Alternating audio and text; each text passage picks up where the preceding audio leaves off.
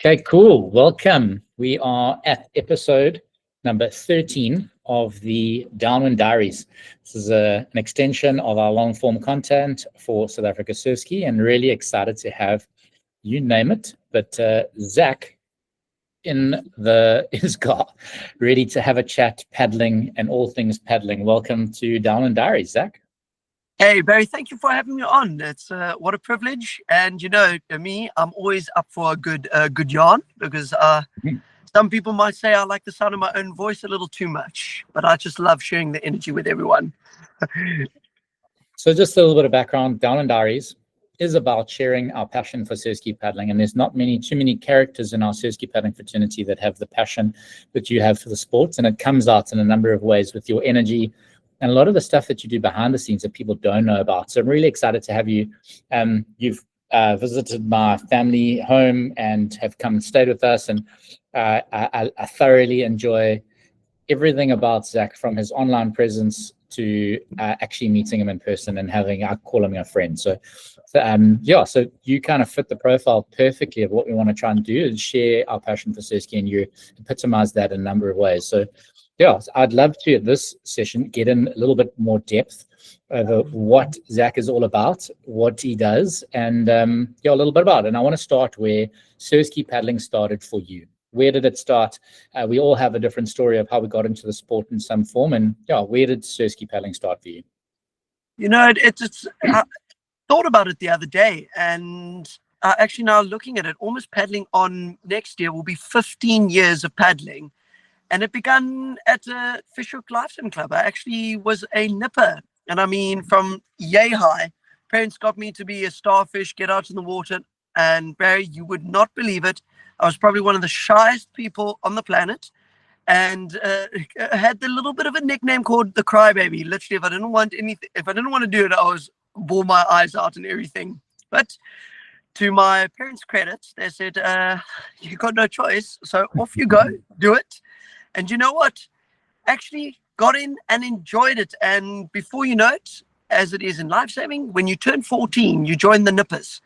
And that's when you are introduced to surf ski. And I can remember that day thoroughly because it was a 2-hour session. It was raining in the middle of winter. And there was about 20 of us that decided to go off. And the shark alarms were blaring off almost every 10 minutes. And for the most part, I'm the oak that was right at the back, falling off every second stroke, even when the sign was going. So you can imagine how I was scrambling to get back in the boat. Please get me in. But after that session, I remember telling my dad, listen, Dad, I know I'm a professional swimmer and I'm doing this, but I love this so much. I want to do this. So from there, we actually got into contact with the late Peter Cole, wonderful man, and literally said, give it a week trial. And literally 1 week, Zach, you want to go back? Nope, it's not happening. And that was paddling from there on out. It's very nice to reflect on those times now and again. I started as a nipper, and I don't think there's too many of our top surf ski paddlers in South Africa that don't come from a nipper background. It is a massive feeder system to our sport in South Africa, or has been for generations. I absolutely love the culture at a lifesaving club. I grew up at Marine. My parents are still involved. And to hear that you've come through Fishhook, obviously in recent times, the town, and I don't want to even call it a Fishhook Lifesaving Club, the town, the paddling club just down the road that you're a part of now, and the entire town has been a paddling factory of great proportions. And there's a number of different reasons for that. Getting kids involved very young in water sports, great people, as you said, the late Peter Cole, as mentors, getting people into the sport, structured programs. I know the Lifesaving Club has a big role to play in mentoring those kids through from a very young age. So yeah, that's really cool, Zach. Obviously, you now get into downwind paddling a little bit later in your paddling career. And I know how passionate you are about downwind, and so am I. We share some of those passions. And you start paddling with Jerry and making these crazy videos. And yeah, I just wanted to hear a little bit about how that started, because you've got a nice methodology of how you actually make them. You actually pick a song first, and that's what I wanted to ask you for. is everyone knows about Zach and Jerry. Everyone knows that you make these crazy videos, but there's a lot of thinking and thought that goes into them. And tell me a little bit about the process, because you do pick the song first, right? Oh, yes, we definitely do. And funny enough, the song is actually picked on the water because we've got a wonderful playlist that we play. And you know what? As we're screaming down a run, we suddenly hear a tune and we're like, that's the song. That's what we're using. It just highlights the emotions, what we're feeling that day, the vibe on the ocean, the waves, the size. And we say, right, that's it. We literally put the song in first. The footage follows through afterwards, and you clip everything to the song, and then off it goes. That's pretty much been our method. And we've done it because when we hear something that resonates with us, well, we cut straight to it. And that's actually pretty much where we started off. I can remember Zach and Jerry's been going for, now it's 2025, so it's probably about 5 years now. And I remember the day vividly because it was one of our local races, and I'm coming down to the club, and a typical partner of mine, Zach, I'm sick, I can't come through, I'm dying. Oh man, nice. So I'm standing on the beach all on my own with the double, 5 minutes to go. And everyone knows the man. Typical Jeremy Verlerger rocks up 2 minutes before the start. He's trying to frankly pull his boat out of the rack. And I shouted to Jeremy, hey Jerry, do you want to hop in the double? And we've only known one another in passing and said, hi, how's it? He looks at me and immediately, while looking at me, throws the boat back in the rack, says, yes. And we pulled the double on, hopped onto the water.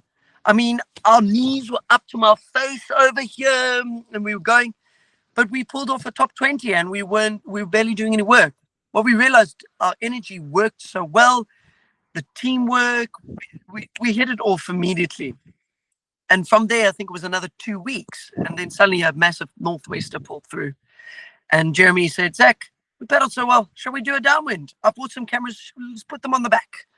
And I said, oh, sure. And then off we went. We had a stellar time out there in nature. It was huge. It was big. And then we made a video and we popped it onto Jerry's channel. And then before you know it, within 2 days, we had almost 10,000 views. People were saying, check out these guys wearing wigs and pink tops and spinning around in the boat. And before we knew it, we said, wow, let's make another one. And then we made a third and we made a fourth. And the growing interest was there because all we were doing was just showing who we were, our passion, our love for what we do out there. And it wasn't, I know a lot of people tend to go onto the internet and go, this is a nice downwind video. Skip. Oh, there's a good part. Skip. We decided, you know what, put all the best bits into the video and just make it a wonderful, something entertaining for everyone. And that's exactly what we got. And then when COVID happened, we made the Zach and Jerry logo and we said, let's make it official. And since then, we've been pumping it out in the downwinds and you name it. I will apologize to the greater community. We've hit the sack for a bit this year because there's just been no wind. And now that it's back, confident to say that there are videos in the pipeline coming back. We're hungry and ready to do more.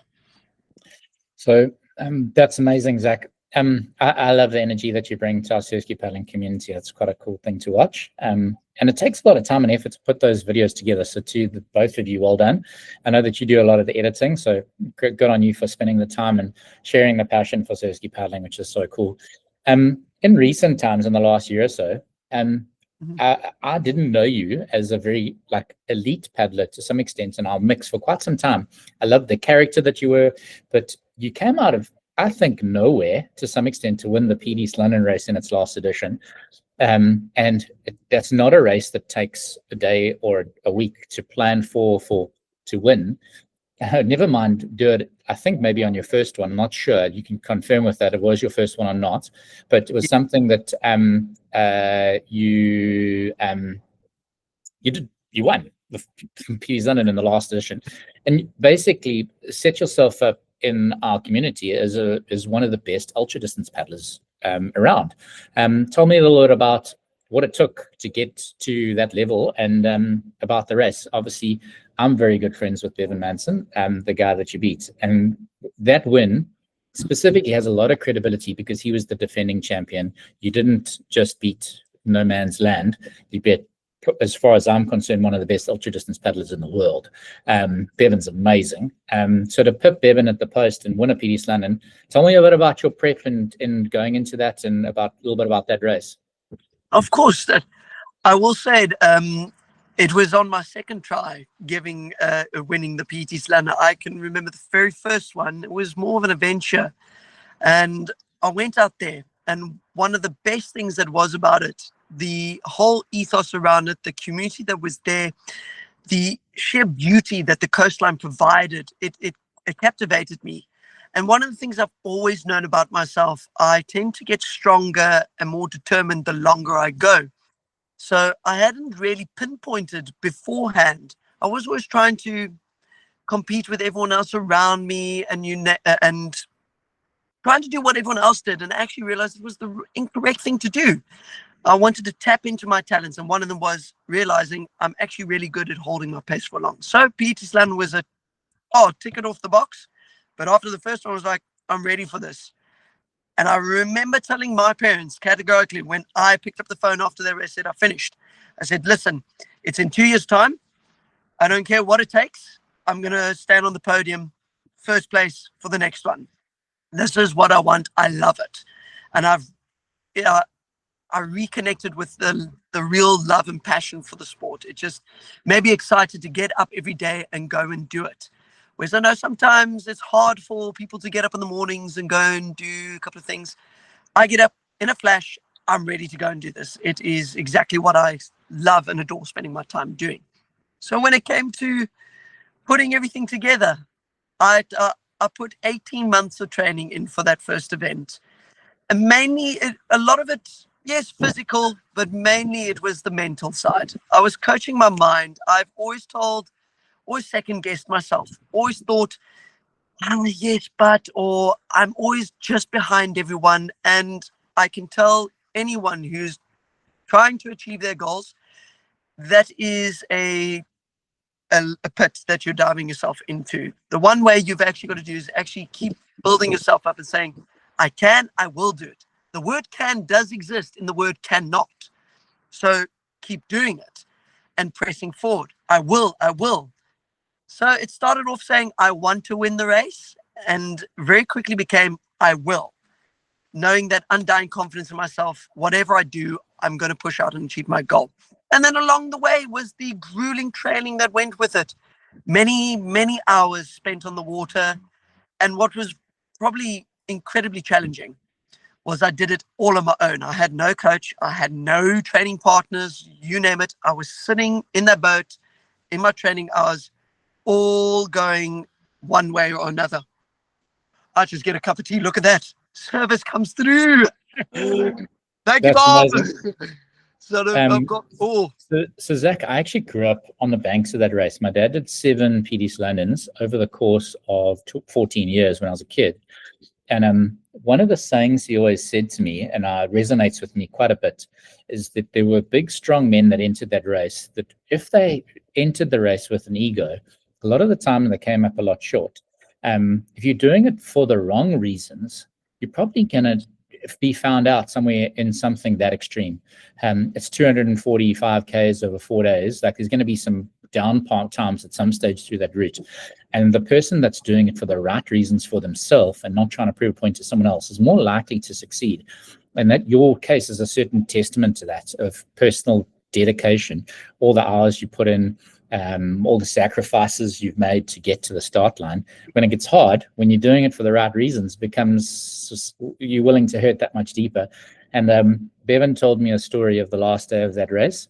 You guys were down to the wire, and he put the hammer down, and he thought you were gone a couple times, and you just stuck. And when you did take your opportunity, you took it with fierce force, and he couldn't respond. So yeah, it came down pretty close, and you managed to pull it together at the end. And I think that's a lot of the testament for doing it to the right reasons is cut key. Tell me about what went through your mind in those last couple of Ks of that race.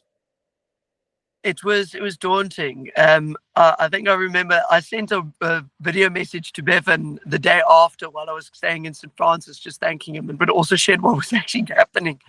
And he was putting in the hard yards, and I was bleeding. If I could, you probably would have seen blood dribbling out the nose, the ears. I was like, ah! But there was one thing, through all the physical pain, my mind was just saying, you do not stop. You will regret putting your paddles down if you put them down now. So just keep it going. And I thank myself for actually pushing myself through. That day, I really did break a stigma for myself, one that I put on myself. So I was very chuffed. But those last few Ks were very lonely. Both of us were in our own space. I think the best way I summed it up in my Facebook post after this, it was 2 silent races, silently dueling it out the whole time, just back and forth, back and forth. But those last 15 Ks, Bevan, I remember you said, I threw the book at you. I just went. And I think we were doing something after almost 200 plus Ks. We're now doing 4 minutes a K, 4 minutes 30, 4 minutes 20, 4 minutes 15. And it's hard. You're now hands are fatiguing. Everything's just down to the wire. I just hung in there. The defining moment really came when we suddenly saw Orange Harbour come out of the mist. And for everyone's context, it was a rainy, misty day. You could not see anything. The wind was not to our backs. We had it almost coming side onto us. So it was a very flat, challenging and bumpy day. So when we came around that wall, the water just became a torrent. It was bouncing left, right, up and down, and it made it very challenging to get through. So, and I had been training in those conditions day after day, going around the Simon Harbour Wall to head back into the southeaster. Ooh, it's horrible. And as we got into that patch, there was just a moment I said, just get next to Bevan. Just get next to him. Because then you can do a side-by-side. You love the chop, go for it. And I got up next to him. Changes. Still staying calm, looking through. I think I cracked a joke at them at that moment too. And then we giggled and laughed or something, but it was serious. As we were getting close to the point, I surged forward for one wave and decided, oh, there's a little bit more. Just take another one. And I went for about 30 strokes. I turned around and I had about probably 10 boat lengths on him. And he had just thought he just put his paddles down. And I think he was hoping that I didn't look around at that point. And as he had put his paddles down, that was enough for me to say, go. And I think I did one of my fastest splits in those last 5 Ks around Orange down to Nahoon. And a lot of people said I took a very questionable line through Nahoon Reef, coming through the corner, timed it straight. I think I came surfing past the surfers. And they were thinking, what are you doing here, China? Listen, this is not for you. But I came past and said, surf's up, bro. Cheers, cheers, you. And there was a whole bunch of cheers.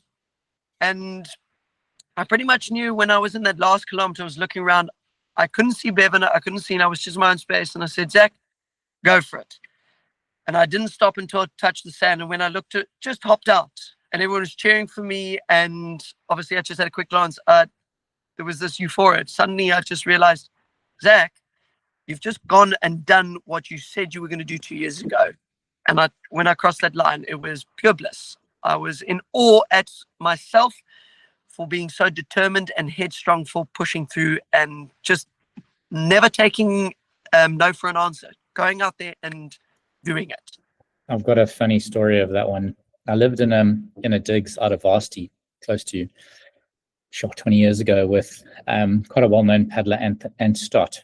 And Ant had got some medals at World Marathon Champs a couple of times, and he chose to take on paddling with quite a young paddler at the time, straight out of school, Cam Skuman, in the K2 for a season. And he asked Cam to paddle Worlds with him, and Cam's first statement out of the middle was, well, if I'm paddling with Ant, I'm going to win.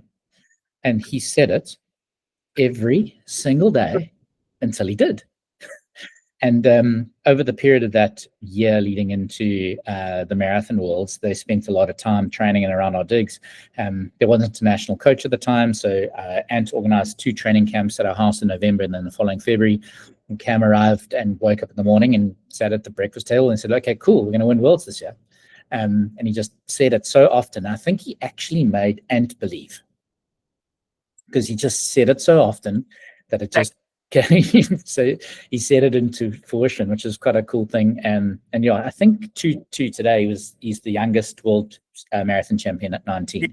But I definitely think there's a power of the mind there. But you didn't do it by yourself. Doing these long events, and you've told me a little bit of the story of how involved your paddling, your family is in your paddling and your life, and specifically your preparation for some of these trips. There's an element of support there that I know went a big way in your win. You take the whole family with. They part of the support system. They're all. And it's a big passion point sharing it with your family for you too. Tell me more about that. So I have a very profound and very deep bond with my parents and my two brothers. So I'm the middle child. I've got an older brother, Josh, who is blind. And then I've got a younger brother, about 4 years. So we're all 4 years apart. And then I have my parents. So I made the decision. I remember my first one, I kind of went on my own. I stayed with a couple mates and said, you know what? If I really want to go for this, I need to have love and support around me, all the comforts at home. And I said, no matter what you do, Zach, find a way to get your parents and your brothers to come with you so that you've got the support team with you all the way. And my family are my rock. Every day I literally can't wait to get home because the amount of time I get to spend with my dad just doing odd things. We spend a lot of time in the garage doing things together, building stuff. I spend time with my brothers. It's a true treasure to have that we have such a tight connection with one another. So when they were with me, that was special. I assigned, there was a specific job for each of them. Dad was the driver, mom was the nutritionist and the massage.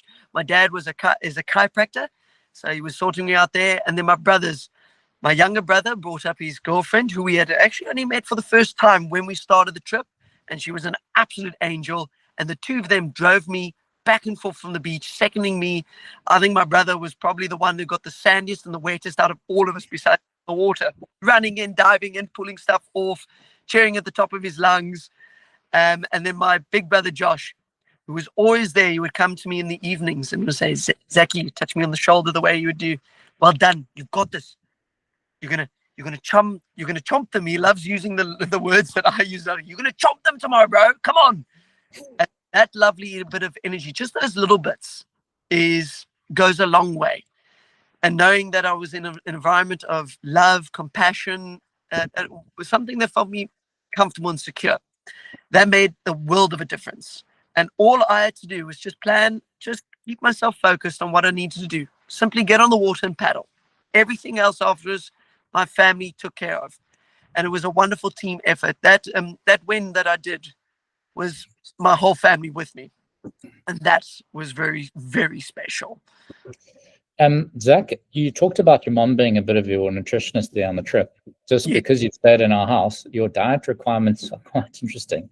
Not many people know the background to some of the diet choices you've made. And tell me about your actual race nutrition as well, because that's quite unique.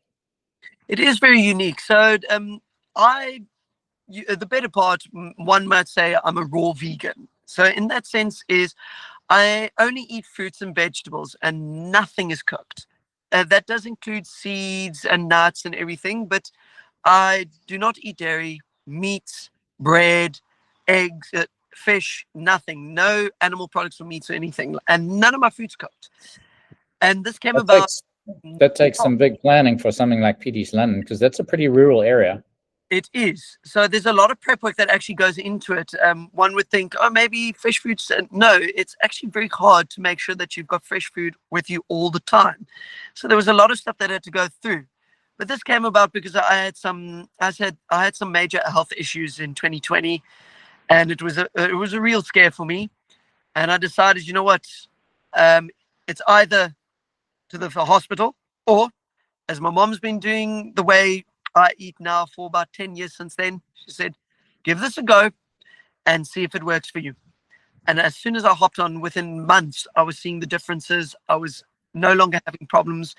And I just kept going with it. And I watched my body go through a change. So leading up to PT's London that year, my body was finally, after 2 years of dropping weight and losing muscle, was putting it back on. So I was getting stronger.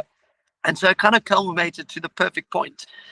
So when it comes down to, in terms of food, I typically take out freshly squeezed orange juice. So if you guys ever go to ShopRite or Checkers or to Woolies, you find the 100% freshly squeezed juice in the section. That's what I drink on the water.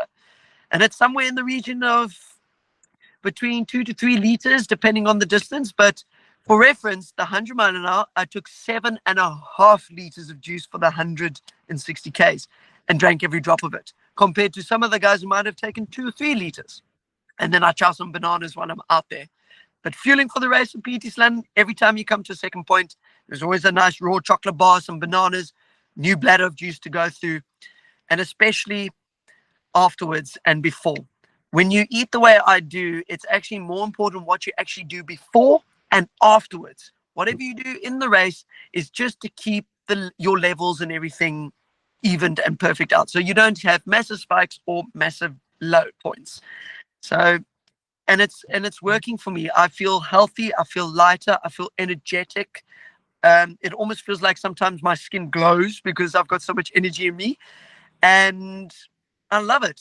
There were a couple of points over the past 5 years, maybe in the first 2, that I said, maybe I want this, maybe some chips or a burger, but I realized those cravings immediately disappeared, and it excites me every day to get up and feel, what is my body doing today? What are the delicious foods I get to make now? And where's this taking me?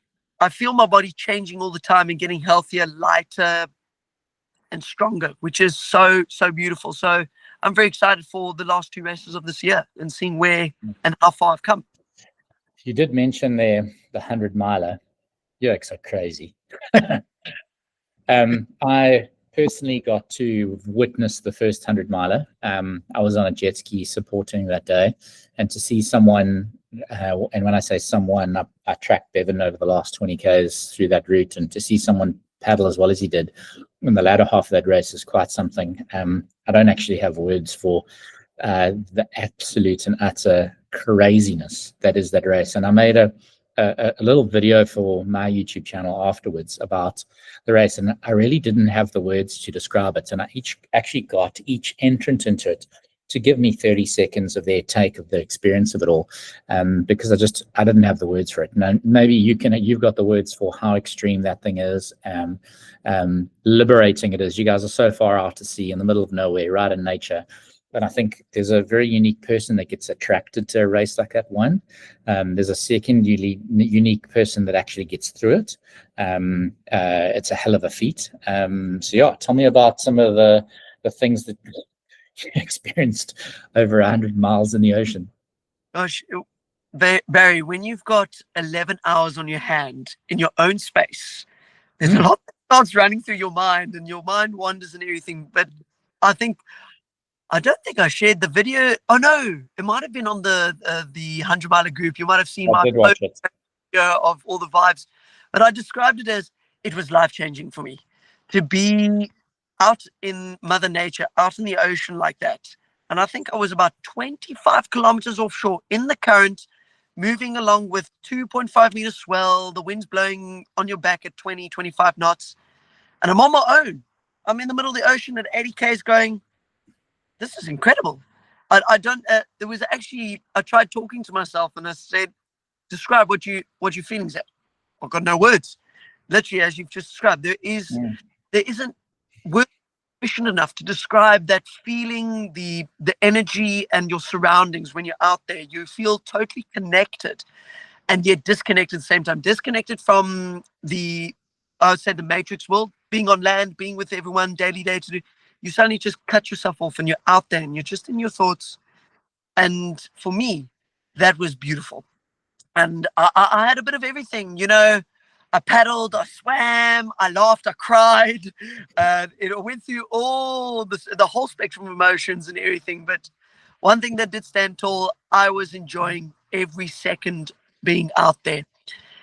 It was certainly probably one of the most, if not the most difficult race I've done yet today, especially for one day. Peters London is probably longer, but for just to do that all in one day is a monumental undertaking, and especially for everyone that took it on. I'm so proud of them and give them massive kudos for getting out there.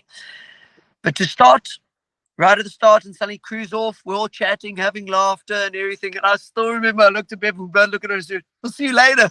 And off we went. And then it was the last I saw him until I saw him on the beach. And you have this good feeling inside. I was moving along a pace, and I had wonderful input just before, about a week before the race. I am very chuffed to say that I am a coach myself, but the coach has a coach now. And I'm very chuffed to have someone such as like Lee McGregor, who puts a lot of time and input just to give me some advice. Just little things. Don't change anything exact, but here's a couple of things to think about as you're out there. And that was running through my head. And I was cooking along. And I think that I had such a good race. I stuck to my race plan.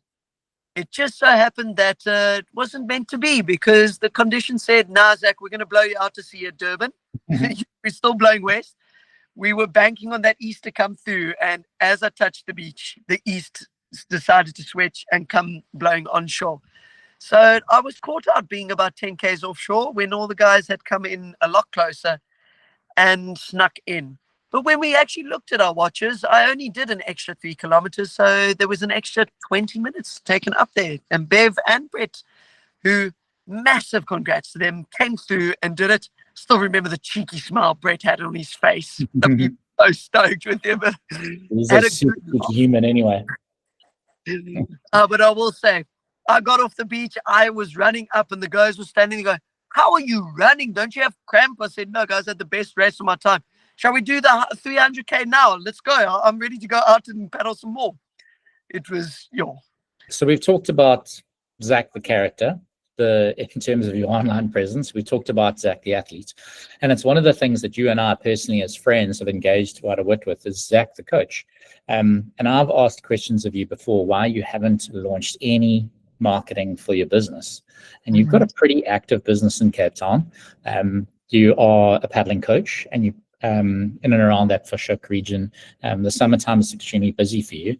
And it's something that I think you take a lot of pride in. I think when you do put a lot of your effort into giving back to the sport, and you've done clinics in a whole lot of different locations as well, trying to give back to different communities. But how did the coaching thing start? And when are you actually going to put something out about your coaching? Because I think you probably should. Oh, yes. And that's definitely, finally, I'm now getting to the point. This December is my time where I get a bit of quiet time. I'm putting that up. I launch my brand for the beginning of next year, which kicks off a whole new venture for me. And I'm very excited. But it does not mean I have not been busy in the past, I'd say about 4 years now. Oh, going on 5, actually. I started 4 years now, 2021. I decided to pull out of varsity after 2020, after we know the year was very tough for everyone, but I said, my parents, give me 6 months. I'm going to be on chopping here. Varsity is going to be too expensive, you name it. Even though I did well, couldn't get a scholarship, even though my marks were incredibly good. So I said, give me 6 months. My passion is surf ski.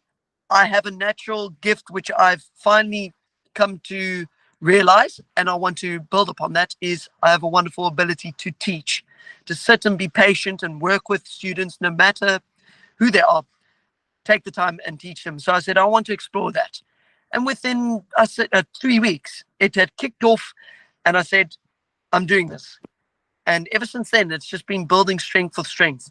So when you've said, why don't I have an online presence? I've actually slowly allowed myself to develop my teaching style and coaching ability, slowly learning from everyone, taking wonderful input from yourself, Lee, Peter, all the great coaches, and also well-known paddlers in our communities across the board, and learning from them so that I'm able to give that back to the wonderful community or new paddlers coming into our sport. And I always felt we were certainly lacking in getting the numbers up and bringing them in. And I wanted to bring a nurturing factor to it. I do know, I was taught the old school way, thrown into the deep end, off you go, figure it out, you'll do it. But I realized half of my paddling career was figuring out how to paddle. And I just realized, if I was given the skills before, right from the get-go, things could have been different. But, things work out for the right reasons. I needed to go through that journey the way it was done. So I'm here at this point, learning and giving back to my community. So at this point right now, I've just finished the Downwind camp. I was blessed with the feedback that I was given, and this is only going to go from there. So it's official. My brand will be launching next year. I'm very excited for it. And I want to bring a wonderful nurturing factor to our sport and bringing the masses, making paddling accessible to everyone. Yeah, Zach, we've obviously got a common interest in that specific topic.